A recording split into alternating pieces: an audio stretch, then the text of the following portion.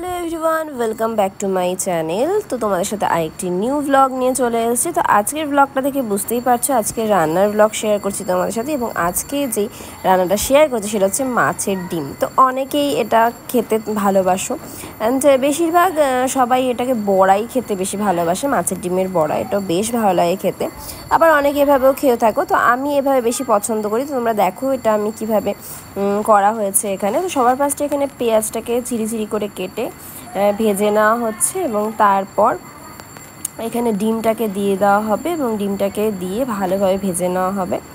তো তোমরা যারা এভাবে খাওনি কখনো, তো এভাবে ট্রাই করে দেখো। এর জাস্ট ডাল আর এই ভাজা দিয়েই কিন্তু পুরো খাওয়াটা হয়ে যায়, মানে আর কিছুই লাগবে না ডালের সাথে এই ভাজাটা হলে পরে। অ্যান্ড এরপরে দেখতে পাচ্ছ যে এখানে ডিমটা দিয়ে দেওয়া হচ্ছে এবং ডিমটাকে খুব ভালোভাবে ভেজে নেওয়া হচ্ছে।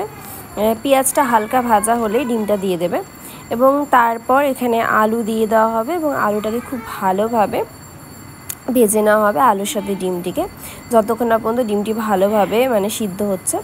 তারপর এখানে বেগুনটাও দিয়ে দেওয়া হবে। বেগুনটা যেহেতু একটুতেই গলে যায় তার জন্য বেগুনটা একদম লাস্টেই দেবে। বেগুনটা লাস্টে দিয়ে ভালোভাবে নেড়ে চেড়ে তারপর হচ্ছে জিনিসটা নামিয়ে দেবে। নিউ ব্লগ দেখার জন্য কিন্তু তোমার আমার চ্যানেলটিকে সাবস্ক্রাইব করে নিতে হবে। যারা নিউ এসেছে তারা কিন্তু অবশ্যই চ্যানেলটি সাবস্ক্রাইব করে নিও, এবং যারা এই ধরনের ভাজা খেতে ভালোবাসো তারা কিন্তু অবশ্যই জানি যে তোমরা আর কী ধরনের ভাজা খাও। আমার তো এই ধরনের ভাজা বেশ ভালো লাগে।